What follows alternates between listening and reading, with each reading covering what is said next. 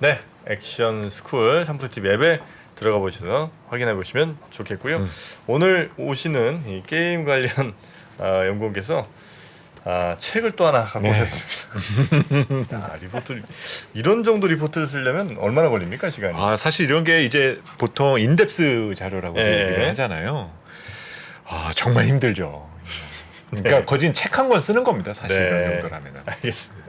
자, 하여튼 미래에셋증권의 우리 임희석 연구원과 함께 국내 인터넷 그리고 게임, 특히 이제 오늘 게임 위주로 한번 여쭤보도록 하겠습니다. 좋습니다. 어서 오십시오. 네, 안녕하십니까. 반갑습니다. 네, 반갑습니다. 네. 임희석 위원님, 연구원님. 게임 좋아하세요? 그래도 하루에 못해도 1시간에서 2시간 정도는 해요? 늘 합니다. 이렇게 뭐 이것저것 막 하면서 경험도 해보시는군요. 아니 뭐 원래 학생 때부터 저도 보통 가면 한 새벽 5시까지는 무조건 기본으로 했었는데 게임을? 그렇죠. 삶의 일부죠, 사실. 게임이라고 하는 부분이. 하세요?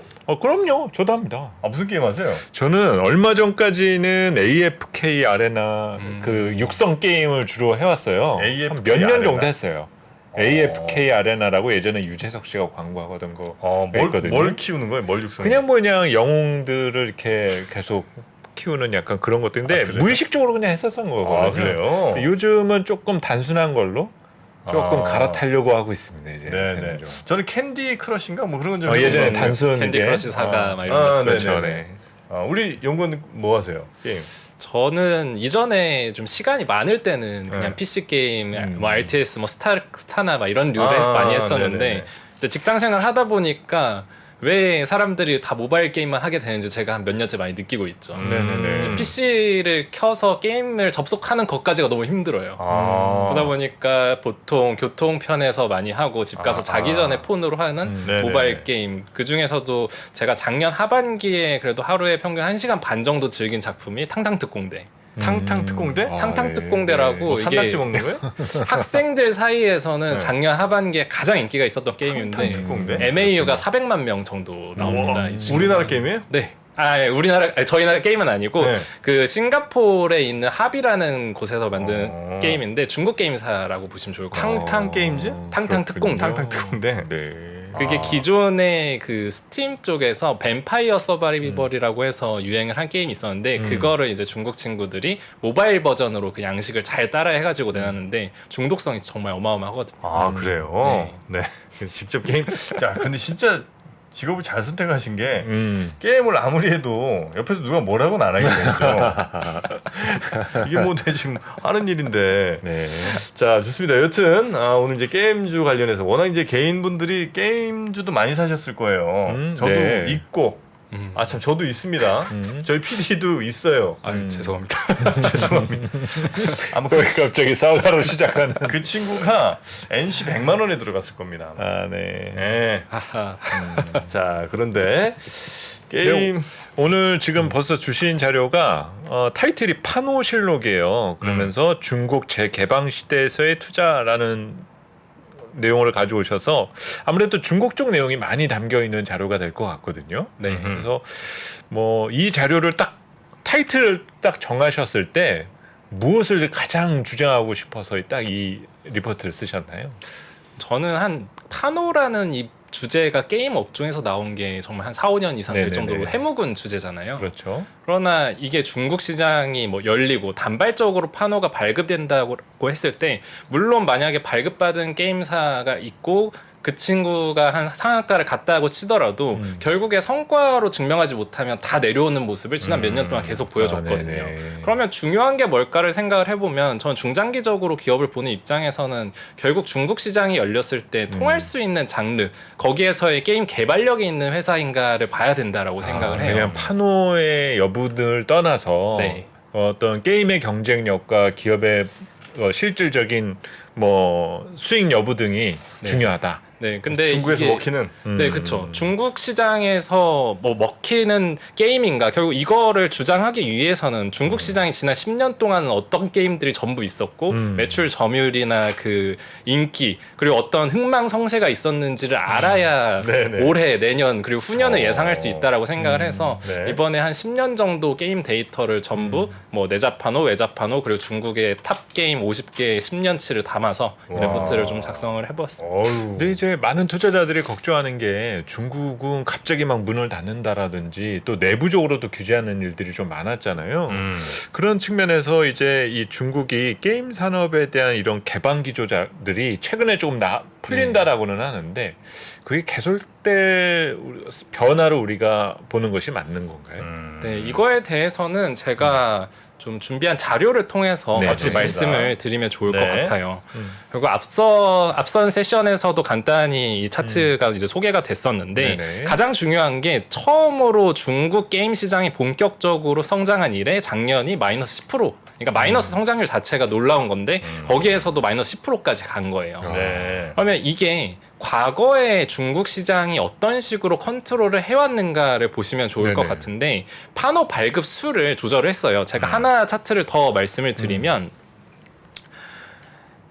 현재 그림에서 오른쪽 그래프를 보시면 판호 발급과 중국 게임 시장의 이제 성장률의 상관관계를 보시면 네네. 판호 발급을 먼저 조절을 하고 여기에 따라서 중국 시장이 움직이는 모습을 계속 보였거든요. 같은 방향으로. 네. 이거를 중국 시장에서 했던 이유가 다시금 여기 왼쪽 그래프를 보시면 2010년대 초반에 모바일 게임으로의 전환이 일어나면서 한 30%, 막 20% 이상의 성장을 할 때는 중국 정부가 성장을 하는 건 좋은데 이런 생각이 든 거예요. 이거를 장기적으로 가져갈 수 있는 성장률인가? 네. 근데 20% 이상은 너무 많은 거죠. 그러다 보니까 줄여보자 하면서 판호를 줄이기 시작을 했고 2017년부터 2021년까지 CAGR로 따졌을 때는 이 성장률이 딱 10%가 나옵니다. 그럼 작년도 물론 좀 둔화가 될 수는 있더라도 이게 막 역성장까지는 있는 이 중국 당국도 생각을 못했던 거죠. 오. 그러나 판호 발급이 안 됐던 부분이랑 청소년이 이제 게임을 못하도록 시간을 계속 줄이다 보니까 그 효과가 지금 2022년도에 너무나도 세게 발생을 했고 이 결과로서 올해 양회가 그저께 끝났는데 네네. 거기에서 두 가지 변화가 있었어요. 네네. 전인대 쪽에서는 외자 유치에 관한 부분을 좀 굉장히 세게 강조를 했고 그리고 정엽 쪽에서는 기존에 작년까지만 하더라도 미성년자에 대한 게임 규제 이런 의견이 한 대부분이었는데 네네네. 올해는 그 곽원원이라는 경무대 쪽 이제 교수님 그러니까 정협 위원이 나와가지고 중국의 게임 시장이 역성장한 거는 좀 심각한 상황인 거고 해외 게임사들은 해외 정부가 지금 다 밀어주고 있는데 우리 정부는 이런 식으로 계속 통제의 기조를 이렇게 세게 가져가는 게 맞냐라는 뉘앙스로 좀 더 정책 기조를 바꿔보자 이런 식으로 의견이 나왔거든요. 이게 저는 전부 작년 말 이후에 이렇게 판호 기조가 바뀐 거가 좀 연속성을 띌 수 있다는 그 근거로서 좀 판단을 하고 있습니다. 네. 근데 저도 잘 몰라서 그러는데 역성장했다라는 것 자체가 정말 신기하거든요. 보통은 뭐 지난해까지는 중국이 워낙 봉쇄 조치도 세게 했으니까 사실 집에서 할 게 게임밖에 없었을 것 같은데 그 규제가 그렇게 강했었던 건가요? 규제가 물론 청소년에 대한 규제가 기존에도 막 있기는 했지만 네. 그 한 1년 반 전부터 해서 청소년에 대해서 지금 현재 중국 청소년은 금요일, 토요일, 일요일 또는 휴일 네. 거기에서도 하루에 1시간 이내밖에 게임을 못 해요. 그렇군요. 근데 몇몇 우리 애를 중국에다 의원들은 보내야 될 것 같은데. 이것조차도 지금 없애자라고 하는 강경파 의원들은 계속 있는 거고 네. 뭐 이미 이것 때문에 게임사들도 너무 힘들고 한데 그럼 차라리 미성년자에 대한 규제를 당국에서 푸는 게 그렇게 걱정스럽고 힘든 부분이라고 한다면 차라리 판호라도 열어서 좀 신규 컨텐츠를 많이 공급을 하자 이런 의견이 이제 나오고 있는 거죠. 중국에서. 네. 근데 뭐 있는 게임도 잘 못하게 하는데 새거 들어오면 또 기존의 게임 개발자들은 게임 개발업체들은 더 힘들어지는 거 아니에요? 경쟁만 치열해지고. 근데 그런 부분도 있기는 할 텐데 네. 제가 생각을 할 때 결국 중국의 게임 시장도 컨텐츠 시장이거든요. 네네. 근데 컨텐츠의 신규 공급이 오랜 기간 끝나면 결국 그 시장에 대한 유저 이탈이 있을 수밖에 없어요. 저만 하더라도 맞아요. 네. 앞서 탕탕특공대를 굉장히 재밌게 했다라고 말씀을 드렸는데 아무리 중독성 있는 게임이나 컨텐츠라고 할지라도 반년 정도 정말 빡세게 즐기면 흥미가 재미없죠. 떨어집니다. 네. 그럼 넥스트를 찾아서 가야 되는데 이걸 찾기가 지금 중국 시장도 어려운 거죠. 근데 이제 근본적으로 우리의 어쨌든 우리의 관심은 중국의 게임 회사가 아니라 이제 우리의 게임 회사들이 얼마나 중국에 가서 잘 할까 요거가 관심이잖아요. 네, 그렇죠. 근데 한 10년 전엔 정말 우리나라 게임 회사들이 중국에서 참 장사를 잘했다고 저는 뭐 얼핏 들은 것 같은 게임은 잘 모르니까 잘한 것 같은데 그거 한번 막히고 나서 사실은 그거 막힌 게 뭐 정치적인 이유로도 막힌 거긴 하겠습니다만 중국 게임 업체들 키우려고 막고 이제 몇 년 동안 중국 게임 업체들의 경쟁력을 완전히 다 갖춘 이후에 이제는 뭐 열어도 도저히 이제 한국 영향을 안 받는다. 한국 그 화장품처럼. 게임 업체들, 들어와 봐야 소용없다. 이런 얘기 하시는 분도 계시더라고요. 그게 전 영향이 아예 없었던 건 아닌데 정말 옛날 이야기다라고 말씀드릴 수 있을 것 같아요. 그러니까 국내 게임사에 대한 견제 때문에 막 외자판호가 그렇게 줄어들었는가를 생각을 해보면 내자판호랑 외자판호는 절대적으로 좌우에 그렸을 때는 거의 비슷한 비율로 다 움직였거든요. 그래서 지난 2017년, 18년 이후에 국내 게임사가 많이 못 받기는 했지만 그거랑 똑같이 미국 회사들, 유럽 게임 회사들도 다 똑같이 못 받았어요. 중국에서? 네, 그러니까 이거는 국내 게임사에 대한 견제 기조가 2010년대 중반 이후에 있었다라기보다는 그냥 전체적으로 게임에 대한 컨텐츠 공급 조절이었던 거죠. 아니 그러니까 예를 들면 재밌는 외국 기업들 말고 중국 내에서 잘 할 수 있는 기업들에 대해서 판호를 그러니까 중국 내 기업들한테 판호가 확 줄었습니까 그때도? 이거는 제가 또 차트랑 같이 말씀을 드리면요. 네. 제가 내자판호, 외자판호의 10년치를 다 따서 네. 이걸 월간으로 다 같이 그려봤어요. 아이고 저 뭐예요 저게? 중간에 위에 뭡니까, 있는 게 저게? 내자판호인데 네. 내자판호가 딱 10년 동안 지금 발급된 게 대충 한 2만 건 정도 되고요. 네. 외자판호 같은 경우는 10년 동안 발급이 된 게 뭐 한 1,400건 정도 됩니다. 자 그러니까 맨 위에 그러니까 두 줄 중에 위에 줄은 중국 내 그쵸. 게임 업체들의 판호를 지금 보여주신 거고 네, 맞습니다. 밑에는 외국 기업들의 판호를 보여주신 거잖아요. 그렇죠. 자 보세요. 그러면 17년, 18년 맞나요? 제가 지금 보고 있는 게 제일 네. 엄청나게 많이 나온 게 17, 그렇죠. 18년이죠. 네, 17년이 네. 피크였습니다. 저 때가 이제 우리나라 막을 때잖아요. 네. 그러니까 우리나라 막고 중국 내 기업들한테는 엄청 판호를 내준 거 아니냐는 거죠. 그래서 결국 중국 내 기업들의 경쟁력은 키워주고 그리고 나서 이제 중국 게임들도 이제 잘 만들고 충분히 외국 게임들과 뭐 경쟁에도 살만하니까 이제는 뭐 조금씩 열어줄 수는 있겠으나 그런다고 무슨 의미가 있겠냐는 겁니다. 근데 여기에서 좀 나눠서 생각을 해야 되는 게 네? PC랑 모바일이랑 나눠서 생각을 해야 될 것 같아요. PC 예를 들어서 2010년 이전까지는 말씀해주신 것처럼 국내 뭐 던파 IP나 던전의 파이터 IP나 네. 아니면 불소 IP가 중국 시장을 지배했던 시기가 2010년대 초반부터 중후반까지는 있었어요. 네. 그러나 2010년대 초반부터는 어떤 양상이 벌어지냐면 중국 시장 자체가 급격하게 모바일로 전환이 됩니다. 2010년대 이후, 2010년대 네네네. 초반 이후. 네, 그래서 현재 작년 기준으로 했을 때 중국 모바일 게임, 그러니까 모바일 게임이 차지하는 이 침투율이 중국 전체 게임 시장에서 72% 정도 돼요. 그러니까 PC 쪽에서 물론 향수에 젖어서 뭐 한국 IP나 이걸 즐기는 사람도 있긴 하지만 어찌됐든 이제 중국 게임 산업 내에서 완전 메인으로 올라선 거는 모바일 게임 시장이고 모바일 게임 시장 내에서 한국 작품이 2017년 이전에 두각을 드러낸 작품은 거의 없었어요. 그나마 있었던 게 뭐 2014, 15년쯤에 넷마블의 모두의 마블 정도가 좀 한 매출 수이 잠깐 3위하고 내려온 정도? 모두의 마블 그러면 중국이 판호를 본격적으로 막기 전에도 모바일 게임은 사실상 우리가 크게 힘쓰진 못했었다. 네, 그리고 하나 추가적으로 말씀을 드리면 힘을 하나 더 썼던 게 네. 웹젠 있잖아요. 네. 웹젠의 뮤 IP를 기반으로 해서 전민기적이라는 이 작품을 전민기적 1을 텐센트가 퍼블리싱을 해가지고 2010년대 중반에 냈었는데 네네. 그때는 흥행을 굉장히 많이 했어요. 그래서 일매출이 뭐 정확히 공개는 안 됐지만 일매출 대충 20억 이상이 나왔었고요. 근데 이거는 제가 하나 차트를 추가적으로 보면서 말씀을 드리면 현재 이 그림을 참고를 하시면 좋을 것 같아요. 네네. MMORPG의 전성기가 중국에도 있었어요. 그러니까 2015년, 16년 가면서 15, 16, 네. 17 저 파란색 부분으로 보이는 네, 거죠. 저 시기가 중국 게임에서는 몽환 서유 그리고 앞서 말씀드린 웹젠의 뮤 IP를 기반으로 한 전민기적 같은 작품들이 굉장히 흥행을 하면서 메인 스트림일 당시가 있었는데 더 이상 이 MMORPG에 대해서 중국 게이머들이 즐기지 않기 시작하다 보니까 뭐 국내 게임사가 이렇게 MMORPG로 앞으로 다 진출해도 너무 공략할 수 있는 그 유저 수 자체가 지금 적어진 상황입니다. 그거는 마케팅 영향이 컸었던 건가요? 아니면은 그때 당시 그런 그 RPG 게임을 선호할 수 있는 분위기가 어떤 특별한 게 있었던 건가요?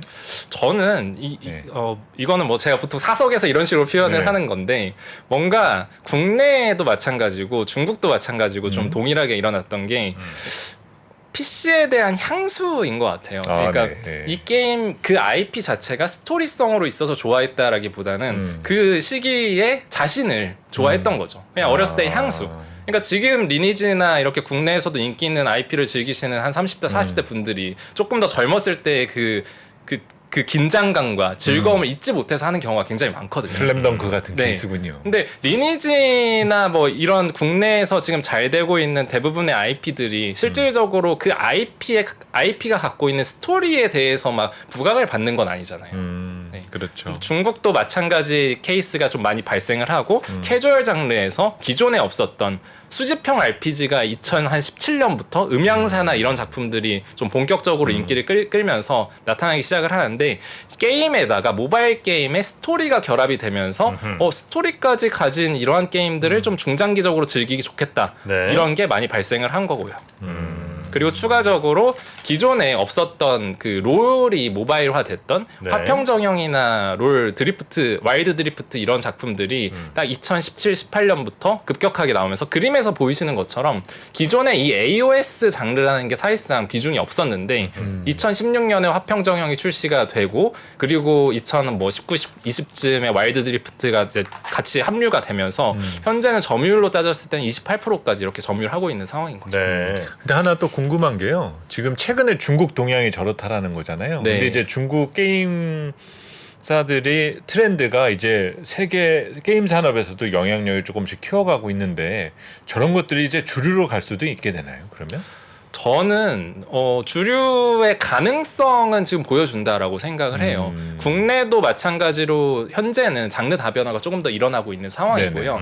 중국 작품들도 당연히 이렇게 MMORPG에서 중국 유저들이 BMMORPG를 원하니까 그런 작품들을 더 뽑아낸 것도 있고 글로벌에 나가서도 원신이나 미호요의 이 호요버스 작품들이 굉장히 잘 되다 보니까 중국 작품들, 중국 게임사가 주도적으로 이런 BMMORPG화라는 그 흐름을 만들고 있기는 한데 전 여기에 더해서 생각을 하는 게 IP의 영속성에 대한 부분을 고려를 해야 될 것 같아요. 어떤 부분이냐면 영속성. 네. 네. 제가 하나 굉장히 재밌는 차트랑 그림을 이제 보면서 하나 말씀을 드리려고 하는데요.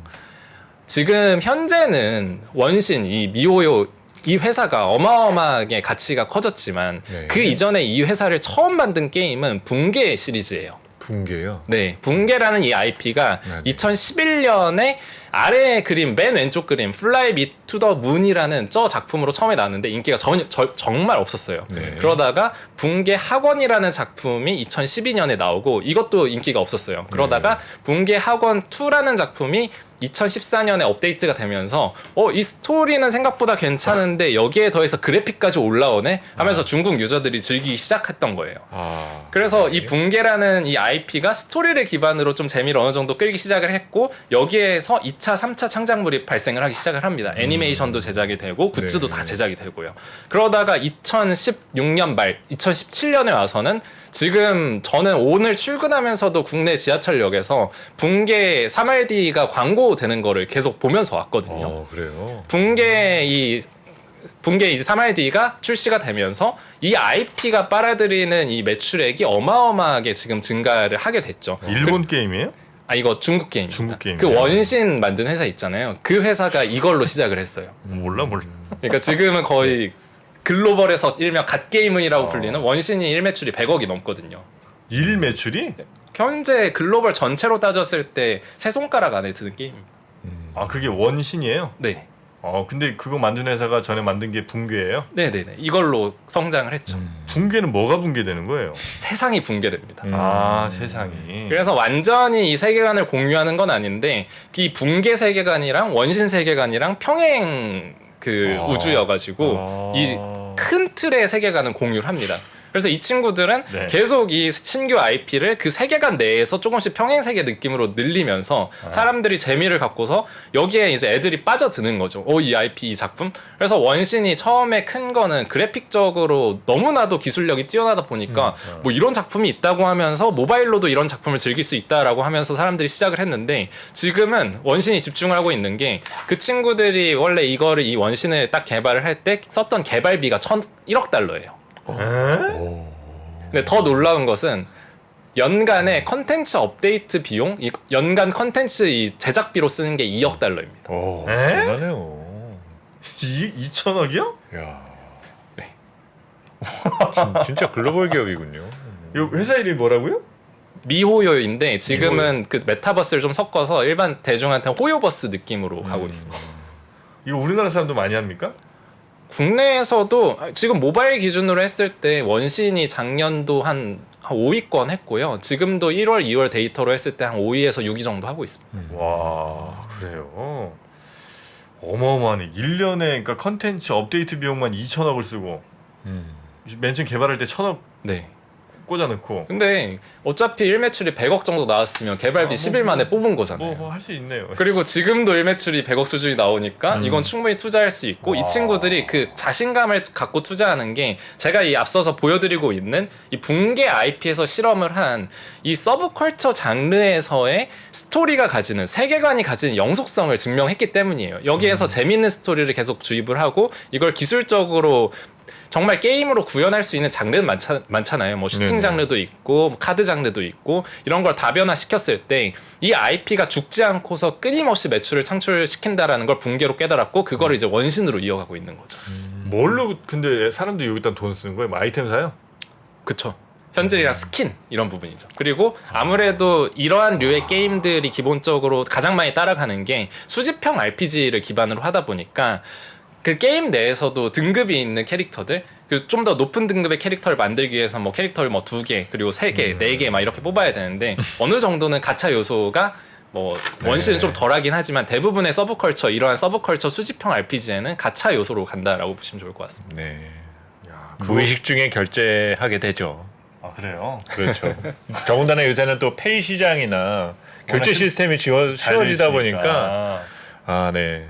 항상 이제 그래서 좀 약간 취기가 왔을 때 조심해야 됩니다. 술김에 무의식 막 중에. 찔리네. 네. 그럼 이제 뭐 이건 이런 대작이 있는지 몰랐는데 하여튼 그러면 우리나라 지금 현재 게임 업체들은 국제 글로벌 경쟁력을 가진 게임들을 지금 많이 만들어내고 있습니까? 스케줄상? 일단 MMORPG는 늘 그랬듯이 잘 열심히 만들고 있기는 해요. 네. 그러나 나머지 이런 BMMORPG 쪽은 국내 시장이 2016년부터 2022년까지는 그 MMORPG의 매출 점유율이 국내 시장이지만 70% 정도를 계속 유지를 했거든요. 그러다 보니까 게임사들이 투자를 안 했어요. 그러니까 다른 BMMORPG 쪽으로. 그래서 그나마 지금 두각을 나타내고 있는 친구들이 정말 기조가 뚜렷해가지고 우리는 그래도 글로벌에서 통하는 그래도 국내에서는 최고 1인자 느낌의 서브컬처 스튜디오 이런 친구들이 빛을 발하고 있는 건데 네. 그 대표적인 게 제가 오늘 보고서를 처음 낸 넥슨 게임즈. 넥슨? 네. 넥슨에서 넥슨 게임즈 작년에 그 넷게임즈랑 넥슨 GT랑 합병을 했는데 합병해서 출범을 한 게 넥슨 게임즈. 그렇군요. 네네. 상장사예요? 네. 넥슨이 있고 넥슨 게임즈가 또 있는 거예요? 그렇죠. 넥슨은 현재 뭐 일본 쪽에 상장이 되어 있고 넥슨이 60% 지금 들고 있는 모 회사로 보시면 됩니다. 넥슨이 카트라이더 한 데가 넥슨인가요? 네, 맞습니다. 네네네 알겠습니다.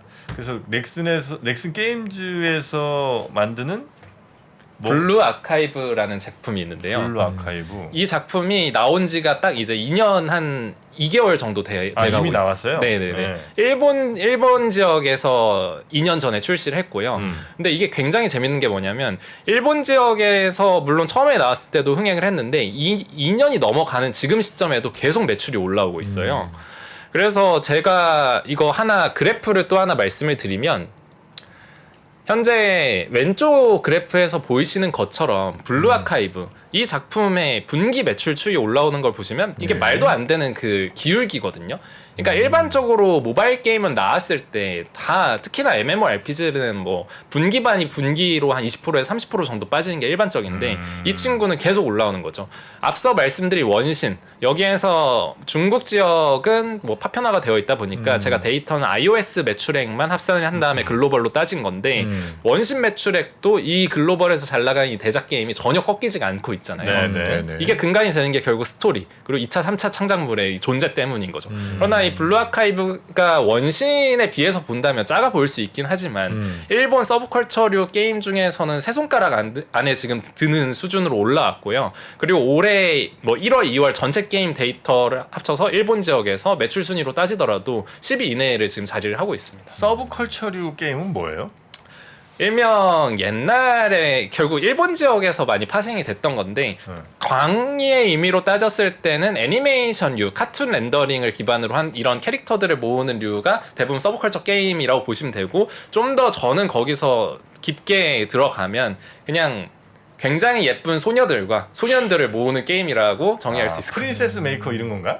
네, 어느 정도 비슷하죠. 아 그래요. 아, 옛날에 그저 그건 진짜 옛날 게임이잖아요. 프린세스 메이커. 그것도 이제 현재 막 수집형 RPG의 그런 주류는 아니지만 수집형이지. 어느 정도 이제 서브컬처라는 범주에서 있고요. 네. 당근 뭐지? 당근 소년들인가?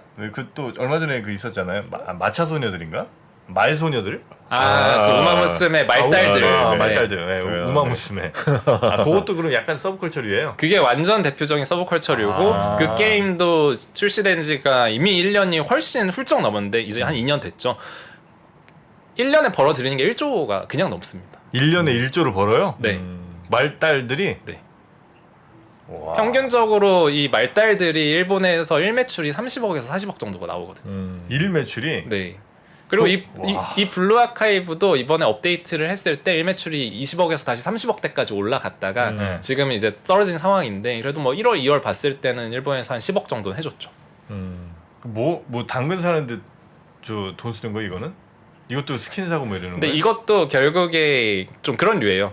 그 캐릭터들이 스토리를 딱 만들다 보면 정말 많은 캐릭터들이 있잖아요. 그 친구들이 일본 게임들을 보시면 굉장히 등급이 SSR이나 SR, 뭐 R, 뭐 이런 식, S 등급 뭐 이런 식으로 많이 나눠져 있는데 네. 사람들한테 수집욕을 자극을 하는 거예요. 그리고 SSR 등급의 굉장히 높으면 이 캐릭터는 일단 뭔가 더 예뻐요.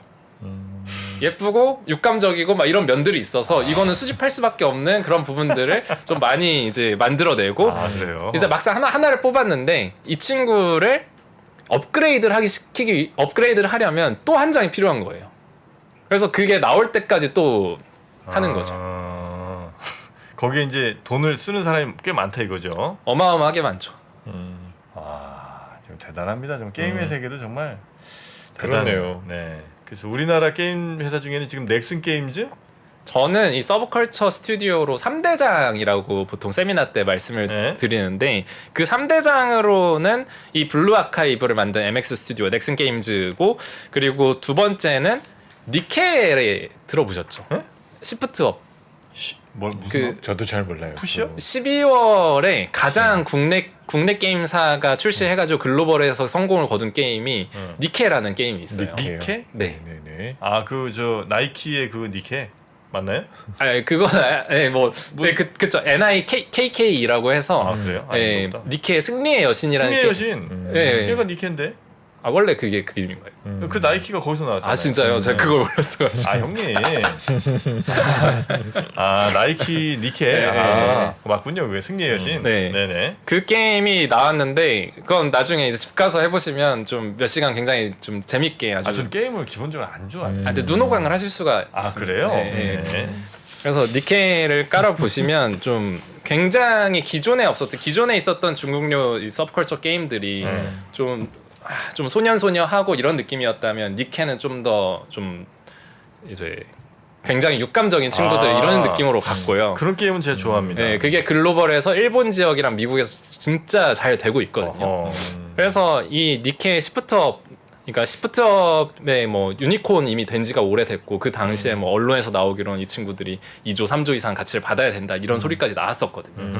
그래서 일단 두 번째 대장이 이 시프트업 니케 친구들이 있고 세 번째는 이거는 국내 서브컬처 쪽에 사실상 처음 흥행을 시작을 한 게 에픽세븐이라는 작품이 있어요. 네. 근데 에픽세븐은 여기는 좀 스마일게이트 쪽이 만든 거여가지고 사실 스마일게이트의 완전 메인 매출원은 또 뭐 크로스파이어나 로스트아크가 워낙에 커서 좀 상대적으로 그 차지하는 비중이 굉장히 작다라고 할 수 있죠. 그러나 이 에픽세븐을 만든 이 스튜디오도 결국에 국내 이 서브컬처 쪽으로는 하나의 뭐 장르를 만들면서 포문을 열었다 이런 느낌으로는 저는 하나의 좀 전통성이 있다 네. 말씀드릴 수 있을 것 같습니다. 아 그렇군요.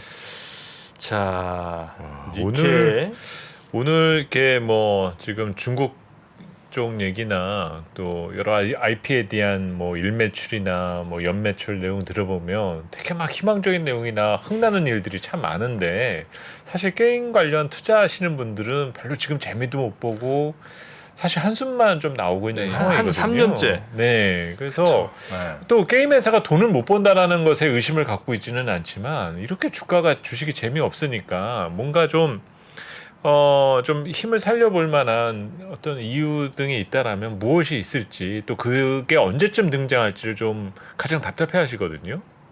시간은 좀 걸릴 것 같아요. 네, 그러니까 시간은 첫 좀더 번째로 국내 게임 업종이 왜 중국은 저만큼 그래도 재작년까지는 성장하면서도 국내 게임 업종은 빠르게 둔화됐는지를 먼저 살펴보아야 되는데 네네. 저는 그거에 대해서 말씀을 드리자면 모든 거는 MMORPG에 대한 편중화가 원인이었다라고 말씀드릴 너무 수 많이 있을 우리가 것 같아요. 거기에 네. 비중을 두었다. 사실 모바일 게임이 딱 나오면서 글로벌 게임 시장, 국내 시장도 이렇게 성장으로 들어갔던 건데 모바일 게임의 본질이라고 한다면 폰을 부르는 게 저희 핸드폰이잖아요. 그렇죠. 손에서 할 수 있는 거고 그러면 사람들이 언제 어디서나 할 수 있는 이 기능 때문에 모바일 게임을 한다라고 전 생각을 해요. 네. 그럼 모바일 게임을 언제 어디서나 하려면 이동 중에도 편하게 할 수 있고 좀 더 라이트하게 즐길 수 있어야 되거든요. 그러나 현실은 이 지하철에서 리니지나 뭐 오딘이나 이런 완전 헤비한 MMORPG를 즐긴다는 건 사실 쉽지가 않잖아요. 그러면 사람들이 진정으로 원하고 모바일 게임 시장이 본질적으로 가야 되는 부분은 라이트 유저를 다시 다 끌어들여야 되는 거거든요. 근데 국내 시장이 2010년대 초반에는 그걸 굉장히 잘했어요. 옛날에 소셜 게임들이 잘 됐을 때, 캐주얼 게임들이 잘했을 때를 생각을 해보시면 2010년대 초반까지는 이 BMMORPG의 비중이 70%에서 80% 정도 됐다가 2016년부터 30%로 떨어집니다. 그게 작년도까지 30%를 쭉 유지를 했던 건데 지금 보이고 있는 변화가 올해 1월, 2월까지 데이터로 봤을 때 이 BMMORPG의 점유율이 40%까지 올라왔어요. 캐주얼 게임도 좀 많이 하고. 네. 그리고 저는 이게 내년에 50%까지 또 올라갈 거라고 생각을 해요. 네. 그럼 여기에서 발생할 수 있는 거는 지금 게임 회사들이 재작년부터 계속 이야기하는 것 중에 하나가 장르 다변화를 모두가 이야기를 해요. 그러면서 개발을 많이 하고 이게 쏟아져 나오는 게 전 내년 정도가 될 거라고 생각을 하는데 그러면 다시금 국내 게임 시장에서 게임 시장이 둔화가 됐던 거는 헤비 유저만 남아서 그런 거거든요. 네네네. 라이트 유저가 들어올 수 있는가 그리고 이 친구들이 남는가가 중요한 건데 맞아요. 라이트 유저들이 돌아오고 그 가능성을 보여준 거는 앞서 말씀드린 탕탕특공대가 보여줬습니다. 근데 전체적으로 게임에 그렇구나. 어쨌든 게임도 네. 일종의 뭐 컨텐츠죠. 컨텐츠죠. 네, 네. 컨텐츠인데 우리가 지금 이제 소비해야 할 컨텐츠가 너무 많잖아요. 그러니까요. 예, 유튜브 뭐 OTT 뭐 뭐. 등등 너무 많은데 결국 사람의 하루는 24시간 정해져 있는 거예요. 네. 그쵸. 일하는 시간 빼고 나면 여가 시간이라는 게 역시 또 정해져 있는 건데 그렇네요, 진짜. 게임에 그렇게 많이 투자할 수가 없는 상황이 된 건 아닌가. 그렇죠. 근데 결국 그게 네. 이거를 제가 1시간을 투자했을 때 다른 뭐 영상을 즐기든 뭐 웹툰을 보든 이런 걸 했을 때보다 제 정신적으로 즐기는 효용이 더 커야 되는 거잖아요. 그러니까요. 근데 그 즐길만한 그 효용이 큰 컨텐츠 자체가 너무 부족했다라고 보는 거예요. 그러니까요. 게임 산업에서. 그러나 이 컨텐츠 자체의 부족이 어찌됐든 게임사들이 내년부터 장르 다변화 확 해가지고 컨텐츠 공급을 하면 전 여기에서 좀 반영이 되는 게 결국에 라이트 유저들 국내 게임 시장의 5년 동안의 문제점이 굉장히 인기를 끄는 캐주얼 게임이 나오면 이 게임이 갑자기 인기를 끌었다가 갑자기 다 빠져나갑니다. 왜냐하면 한 반년 정도 즐기면 다음 걸로 넘어가야 되는데 그만한 게임이 안 나와서 그렇거든요. 그럼 저는 게임사들이 계속 이 웰메이드 캐주얼 게임이나 BMMORPG 게임들을 공급을 한다라고 치면 여기에서 지금 들어오는 캐주얼 다시금 라이트 유저들을 락인을 시킬 수 있다라고 보는 거죠. 이건 지금 저도 오랜만에 이 게임 업종 세미나를 1시간 정도 이제 듣게 된 것 같은데 이거를 딱 듣다 보니까 게임 산업에 이렇게 힘들어진 게 네. 결국 유튜브하고 OTT 때문이네요. 네, 맞죠. 그러니까 우리가 걸어서 돌아다니고 지하철에서나 버스에서 예전에 게임하던 시간을 유튜브나 이런 쪽으로 전환을 하다 보니까 그렇군요. 아이고야, 지금 이제 다운을 받았습니다. 그 와중에. 니케요? 아니면 니케요, 니케. 네, 다시 다운 받아서 어떤 내용인가 보고 있는데. 그러니까 진짜 라이트 유저를 어떻게 빨리 확보하느냐가 되게 중요하겠네요, 진짜로. 그렇죠. 예.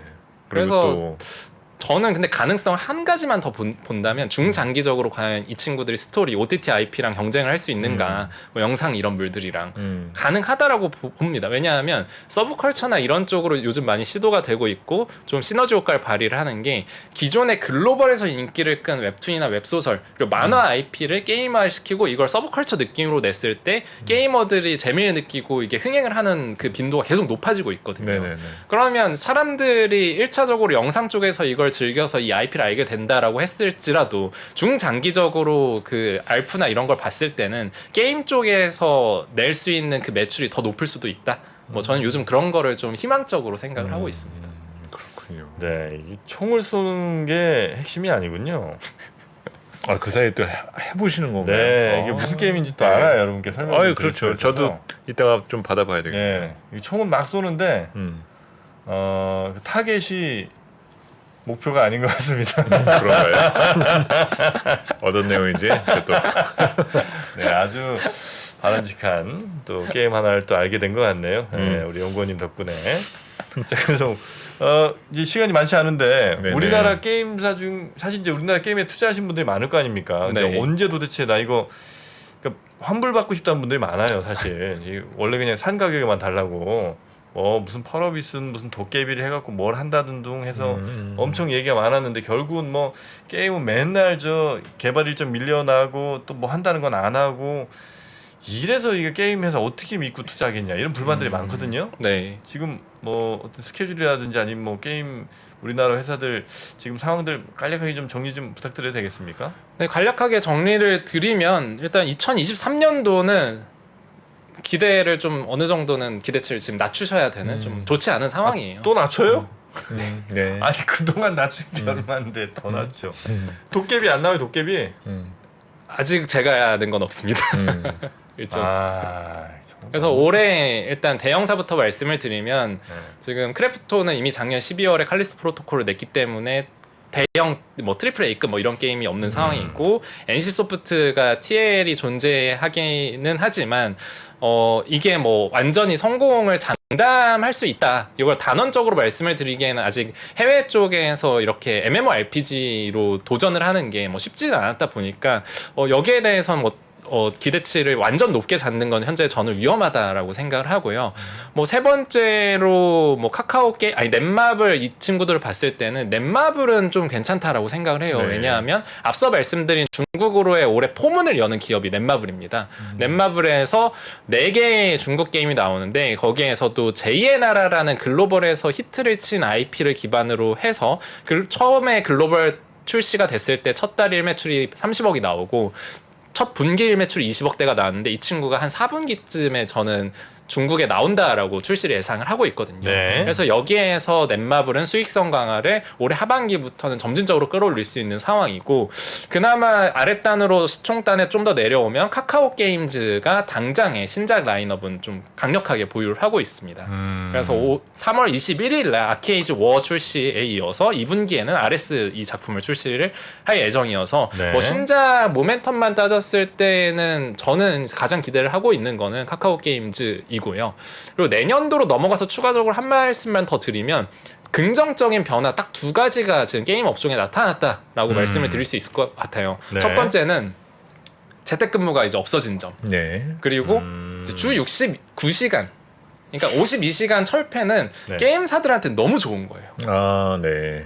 뭐 개발 아무래도 과정이라든지 뭐 이런 거기 일하시는 부분에. 분들은 네. 좀 힘드실 수 있지만 네, 그거는 뭐 큰 저도 얘기네요. 주 한 80시간 이상 일하는 입장에서 뭐 네. 열심히 일하면 결과는 좀 더 나온다라고 생각을 하거든요. 그러면 지금 게임사들이 2021년도, 2022년도에 겪은 문제가 컨텐츠 공급이 물론 옛날에도 연기가 자주 되긴 했지만 그 연기의 기간이 훨씬 더 길어졌어요. 그러나 이 부분이 다시금 그 꺼지지 않는 등대가 게임사들이 되어준다면 저는 컨텐츠를 바라는 유저단에서는 그 텀이 굉장히 짧아질 수 있는 긍정적인 결과를 좀 나타낼 수 있다. 이렇게 좀 볼 수가 있을 것 같습니다. 알겠습니다. 자, 그리고 뭐 채팅창에서 계속 뭐 크레딧 스위스 관련된 뭐 네. 터졌다는 얘기들이 있어서 저희가 이건 사실 확인 좀 한번 좀 해보고 다시 한번 좀 그럼요. 말씀을 드리든지 하겠습니다.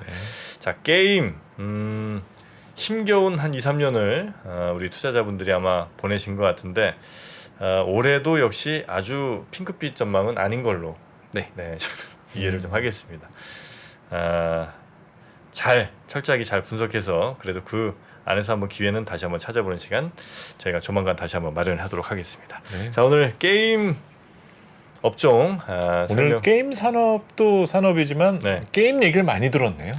네. 네. 재밌는 게임 네, 많네요. 신선한 게임이 많았네요. 저 니케 다운 받았습니다. 알겠습니다. 네. 자, 함께 해주신 우리 미래에셋증권의 임희석 연구원님 고생 많으셨고요. 다음 기회에 또 뵙겠습니다. 네, 감사합니다. 잘 들었습니다. 3프로TV가 전국 방방곡곡 숨어있는 주식 고수를 찾습니다. 내가 박근형 부장, 염승환 이사보다 시장을 더 잘 본다. 내가 이선엽 이사보다 종목 선정이 뛰어나다. 내가 박병창 이사보다 차트 분석 더 잘한다. 이렇게 자부하는 분들 저 정프로에게 오십시오. 여러분의 실력을 마음껏 뽐낼 수 있도록 판을 깔아드리겠습니다. 전국 증권사 지점의 PB, 주식 브로커, 펀드 매니저는 물론이고 전업 투자자, 슈퍼개미, 스몰개미, 기타 등등 이 시장에 대한 날카로운 분석과 통찰만 있다면 누구든 환영합니다. 숨은 고수 여러분의 많은 참여 부탁드립니다. 팔로미